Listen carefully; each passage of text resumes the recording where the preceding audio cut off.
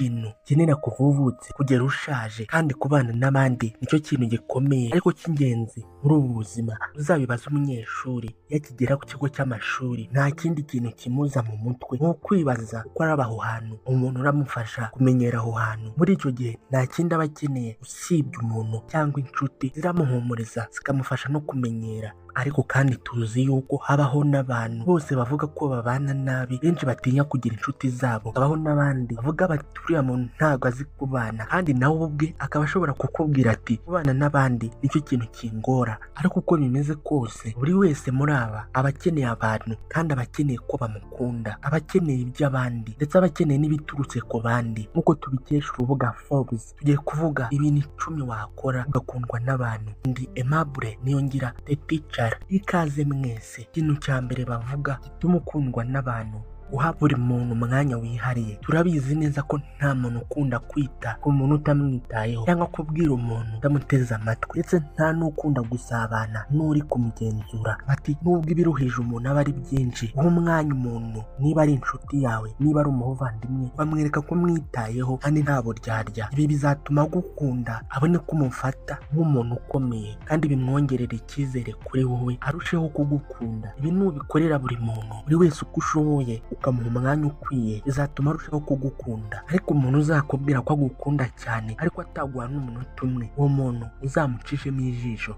Cya kabiri gituma ukundwa n'abantu, kwihatira kumenya kubana n'abantu. Ntabwo bose babivugana, ahubwo barabyiga, kandi niba ushaka kubimenya ntabwo wabimenya utabikora. Kumenya kuganira neza mu buryo bwiza no gukoresha ibimenyetso by'umubiri byagufasha kumenyana n'abantu bashya. Gusa ikindi cy'ingenzi bakubwira, kumenya gutega amatwi. Umuntu wese ukubajije akumva ko wari wamuteze amatwi 100%. Iki gihe niyo nta kindi wamubwira, azumva yuko uri umuntu mwiza, arusheho kugukunda, bityo bizakongerera igikundiro mu bantu.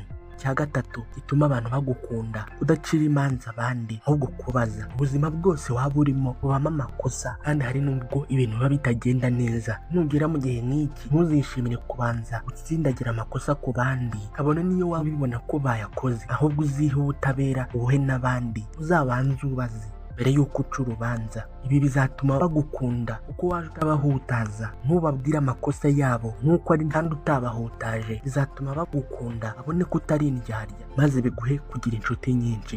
Cya kane gituma ukundwa n'abantu, ushyira imbere ibyo muhuje. Bakubwira ko ahantu hose wagera ugashaka kwitandukanya nabo, ugashaka kurema imibanire ubereka yuko utandukanye nabo, iki gihe nabo bazakora ibikurwanya gusa. Umwarimu utigira nk'abanyeshuri be, abanyeshuri kumwumva biba bigoye, cyangwa nk'umunyamahanga, wenda nk'umuzungu yageze mu birabura akabereka ko bameze kimwe, baramukunda bakamwiyumvamo. Ariko yaberetse yuko batandukanye cyane, nabo bamwereka ko batandukanye cyane. Rero kwihuza n'abantu bizatuma ukundwa nabo. Icya gatanu, kumenya uburyo bwiza bwo kunenga.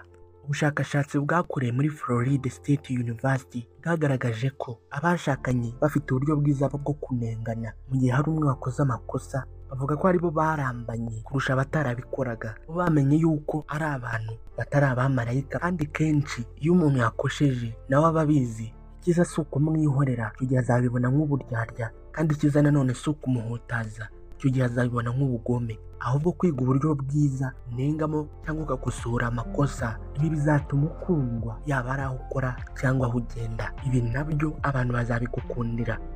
Cya gatandatu gituma ukundwa n'abantu, kubaha inzozi z'abandi.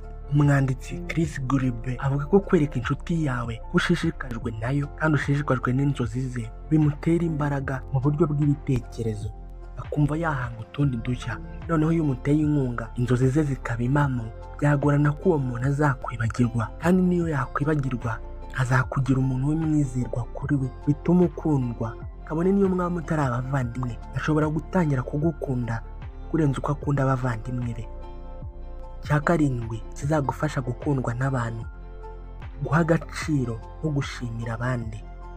Kester Elton wanditse igitabo Reading with Gratitude yoboza gushimira. Avuga ko nk'urugero uciye ku bantu 10 ufite amapennies 10. Amapennies ni ibiceri bikoreshwa mu Bwongereza, ugaha umwe igiceri kimwe. Icyo gihe utangira kubabaza ibibazo byose ushaka biberekeyeho, bitandukanye n'uko bari kuza ugatangira kubaza umuntu wese ikibazo cyose kimwerekeyeho ushaka. Mu by'ukuri gushimira ntabwo bisaba ibintu byinshi, ahubwo ni ikimenyetso gusa cyereka umuntu yuko umwishimiye, bityo nawe akirekura kugira ngo agushimishe. Gusa bavuga ko ukwiye kubikora udashaka kuryarya abandi, ahubwo ufite intego yo gukomeza umubano no gushimisha abandi. Ibi bizatuma ukundwa n'abantu benshi. Icya munani gituma abantu bagukunda: kwerekana impuhwe. Kwerekana impuhwe n'ibyiyumviro bituma abantu bakwiyumvamo. Niba bari kurira bababaye, babarana nabo. Niba bari guseka, wibabara. Maya Angelou, umusizi wo muri Amerika, yasize avuze ijambo yakoreshaga bigatuma agira inshuti. Yaravuze ngo bashobora kwibagirwa ibyo wavuze, ariko ntibashobora kwibagirwa ko watumye biyumva. Niba rero badashobora kwibagirwa ko watumye biyumva, ni byiza kwita ku byiyumviro by'abandi kugira ngo ugire inshuti. Cya cyenda gituma abantu bagukunda: kuvana inshuti mbi mu buzima bwawe. Ushobora koko kuba uri gushaka inshuti cyangwa ushaka ko abantu bagukunda, ariko mu gihe ufite inshuti mbi ntuzigere wibwira yuko bizatuma abantu bagukunda cyangwa bizatuma ugira inshuti nyinshi. Ushobora koko kuba uri umuntu mwiza, ushobora kugira inshuti nyinshi, ariko mu gihe ubana n'inshuti zibongamira abandi bantu, bizaba bigoye yuko abandi bantu bakwiyumvamo bitewe n'imico babona ku izo nshuti zawe. Niba ugendana n'inshuti nziza, ubwo nawe uzabona inshuti nziza kandi nyinshi, ariko niba ugendana n'inshuti zifite imico mibi, hari abantu benshi bazaguhunga. Rero ikintu cyatuma ukundwa ni ukumenya abo ukwiye kugira inshuti mu by'ukuri.